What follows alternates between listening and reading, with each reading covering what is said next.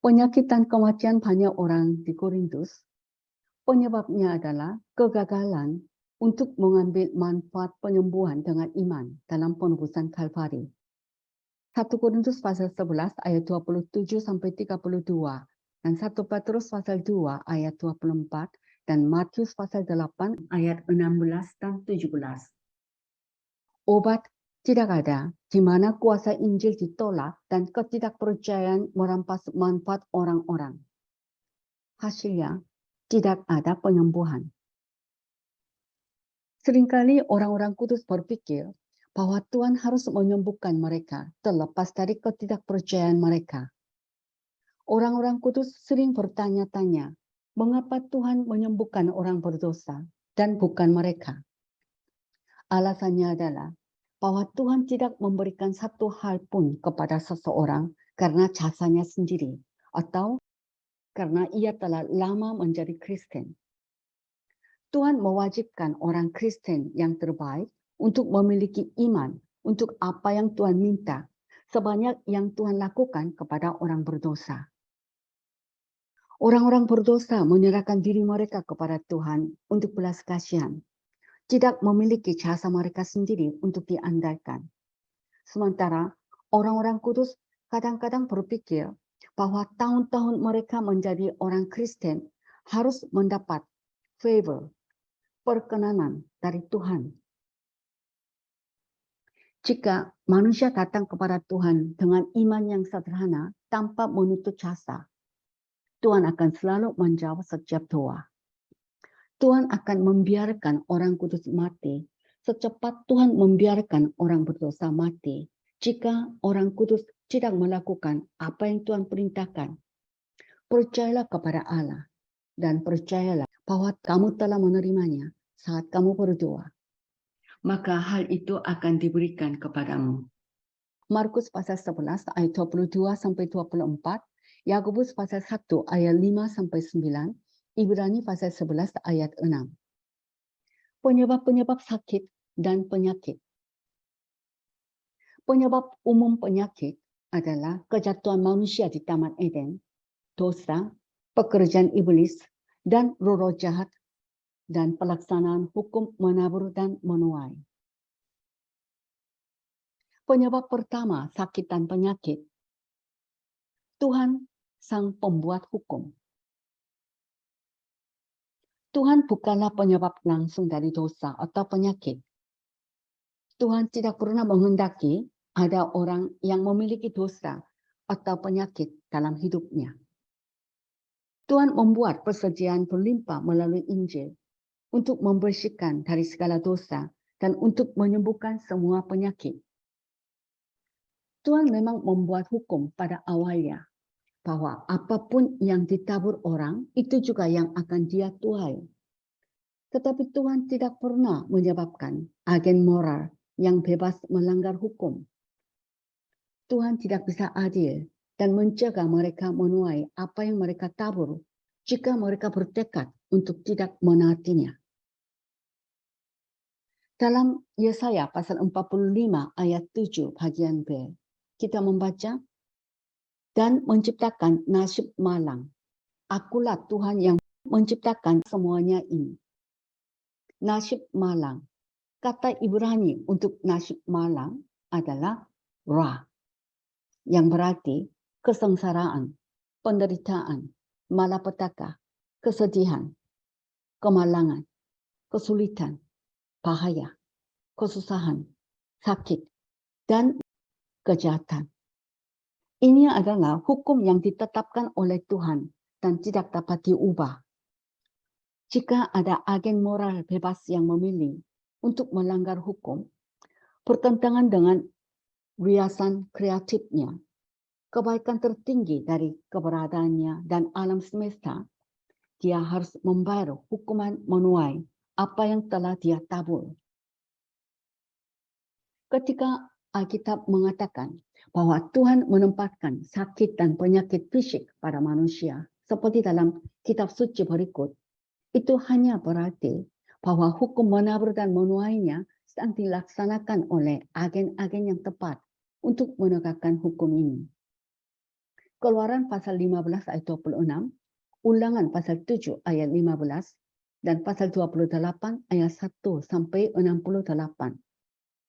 Dalam ayat-ayat ini dinyatakan bahwa penyakit adalah akibat dari dosa.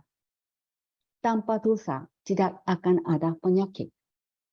Di banyak tempat di mana itu berbicara tentang Tuhan yang mengambil tindakan tertentu, pada kenyataannya Tuhan menggunakan agen yang tepat untuk mewujudkannya.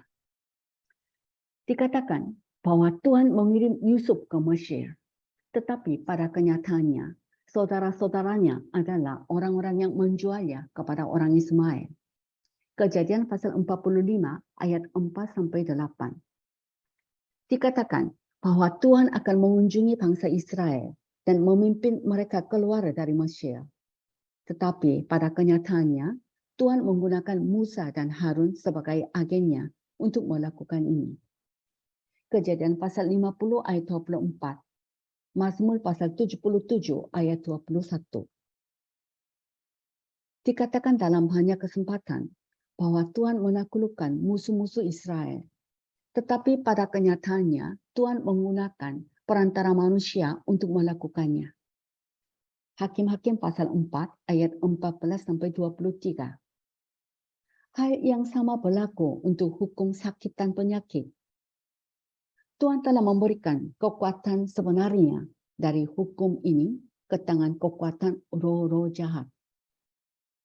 Sekali lagi saya katakan, ketika Tuhan dikatakan sebagai pembawa penyakit, itu berarti bahwa Tuhan menarik kuasanya dan menahan tangannya dari kuasa setan yang selalu siap untuk membinasakan manusia dan menyebabkan penderitaan yang tak terkira. Yohanes pasal 10 ayat 10, Kisah Para Rasul pasal 10 ayat 38. Misalnya, Satanlah yang mendatangkan semua penderitaan kepada Ayub. Ayub pasal 1 ayat 6 sampai 12, pasal 2 ayat 1 sampai 12, dan pasal 42 ayat 10. Ketika dikatakan bahwa Tuhan akan mengirimkan tulah ke Israel, jelas juga bahwa Satan yang menyebabkannya. 1 Tawarik pasal 21 ayat 1 sampai 15. Ketika dikatakan bahwa Tuhan mengirim Yusuf ke Mesir, kita harus memahami bahwa Tuhan mengizinkannya, tetapi bahwa orang-orang Ismail benar-benar melakukan ini bersama dengan saudara-saudara Yusuf. Mazmur pasal 105 ayat 17, Kejadian pasal 37. Jadi begitulah, iblis dan roh-roh jahat adalah agen langsung dari sakit dan penyakit.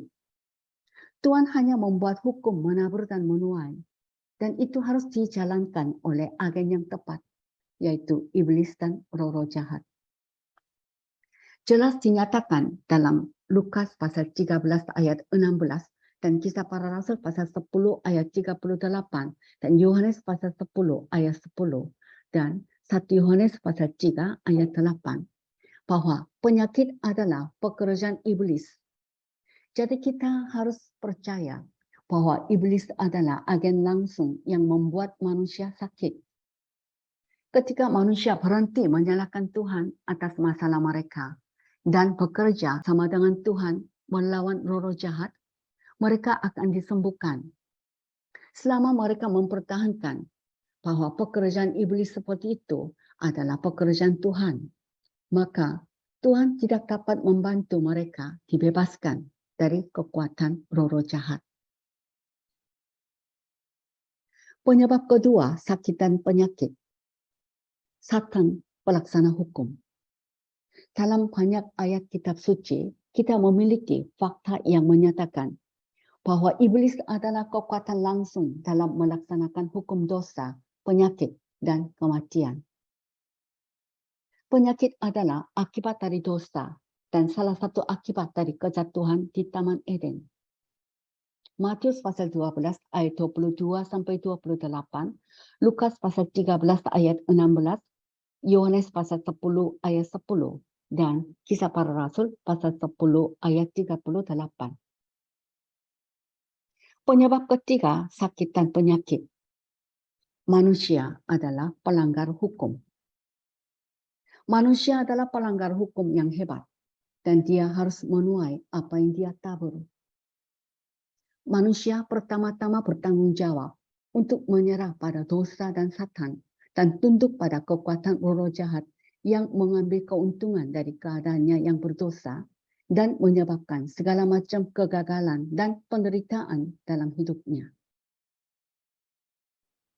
Manusia bertanggung jawab untuk melanggar hukum Tuhan karena hidup dalam nafsu dan kenajisan yang melahirkan sakitan penyakit, untuk kecelakaan karena hidup ceroboh, karena kurangnya kekuatan dari Tuhan untuk mengalahkan iblis, karena kurang olahraga, karena kegagalan menjaga tubuh dalam keadaan bersih dan sehat, karena terlalu banyak bekerja dan tidak bertarak dalam makan, minum, dan dalam perawatan tubuh yang layak, untuk penggunaan yang salah dari kemampuannya yang menyebabkan kekhawatiran dan ketakutan yang meruntuhkan ketahanan alami dan spiritual terhadap penyakit, untuk kondisi tertentu yang diturunkan dari satu generasi ke generasi lainnya. Dan karena mereka tidak memanfaatkan manfaat kematian Yesus agar mereka bisa disembuhkan dan dibebaskan dari kuasa setan-setan.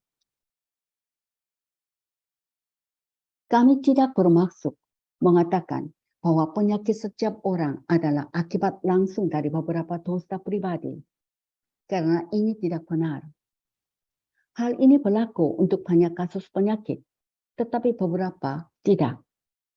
Yohanes pasal 9 ayat 1-4 dan pasal 11 ayat 4. Kristus dan para rasul menangani penyakit seperti mereka menangani dosa. Matius pasal 9 ayat 1-12, Markus pasal 2 ayat 1-11, Yohanes pasal 5 ayat 1-14, dan Yakobus pasal 5 ayat 14-16. Roh jahat harus diusir untuk mendapatkan bantuan instan dan permanen.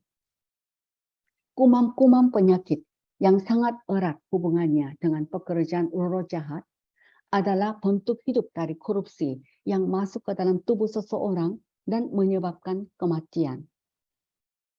Sama seperti sampah membiarkan pelatung, demikian pula manusia dalam keadaan dosa yang najis yang jatuh, membiarkan kuman-kuman melalui kehidupan yang tak bersih dan melalui kontak dengan penyakit menular di dunia yang telah jatuh. Mereka benar-benar agen material Satan yang merusak tubuh korban. Tidak ada obat yang pernah ditemukan yang dapat menyembuhkan penyakit di luar darah Yesus Kristus. Tidak ada obat yang dapat menyembuhkan satu penyakit pun. Setiap dokter yang jujur akan mengakui bahwa obat-obatan tidak memiliki sifat penyembuhan. Tuan S. Wayne Mitchell, salah satu dokter terhebat yang pernah hidup, berkata, di balik setiap penyakit ada penyebab yang tidak dapat dicapai oleh obat. Obat-obatan dapat mematikan rasa sakit, membunuh kuman-kuman, dan menangkal racun tertentu dalam tubuh, tetapi tidak dapat menyembuhkan. Banyak kali, obat-obatan membahayakan tubuh lebih buruk daripada kuman. Semua penyembuhan dilakukan oleh kekuatan penyembuhan diri yang Tuhan telah tanam dalam tubuh manusia, yaitu nature, dan oleh Tuhan sendiri, yaitu divine healing. Obat dapat digunakan sebagai penawar racun, tapi itulah batas lingkup kekuatannya. Kristus telah menebus dosa dan penyakit di kayu salib, dan Allah bersedia menyembuhkan seperti Allah mengampuni dosa. Jika Kristus datang untuk menghapus dosa, Dia pasti datang untuk menghapus penyakit buah dosa.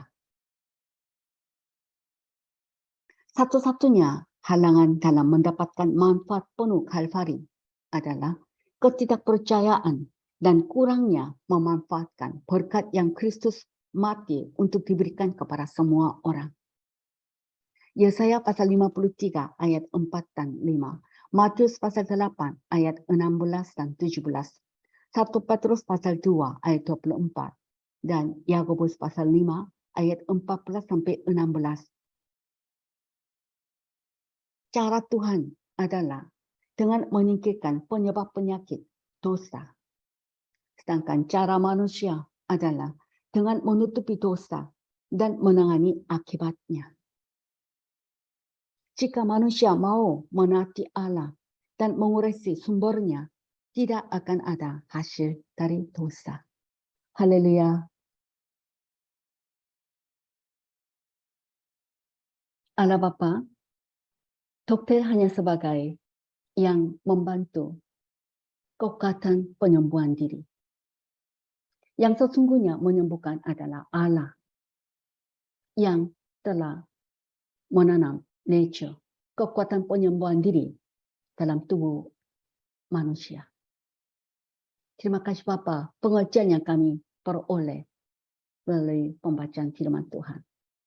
Allah Bapa, kami sekarang menyadari bahwa di belakang setiap penyakit ada penyebab. Jadi ada keterbatasan obat-obatan. Dan obat dikatakan obat menyembuhkan penyakit. Tetapi banyak kali justru obat mengakibatkan keadaan yang lebih buruk, lebih membahayakan kondisi tubuh manusia. Kami anak-anak Tuhan mau memiliki iman dalam karya penebusan Kristus di Kalvari dan olehnya disediakan kesembuhan. Kami mau bersandar pada karya penebusan di Kalvari yang menyediakan kesembuhan bagi kami orang-orang percaya. Dan kami mau memanfaatkan berkat ini daripada kami bersandar pada obat-obatan. Dan Allah Bapa, kami tahu sekarang bahwa penyebab penyakit adalah Allah, sang pembuat hukum, Satan, pelaksana hukum, dan manusia, pelanggar hukum. Maka kami mau bertobat sungguh-sungguh. Dan kami mau memanfaatkan the benefit of Calvary, penebusan Kristus di Calvary, yang membawa kesembuhan bagi setiap orang yang beriman dalamnya. Olehnya kami disembuhkan dan dilepaskan dan dibebaskan dari segala keadaan yang buruk. Terima kasih Bapa. Dalam nama Yesus kami berdoa dan mengucap syukur. Amin.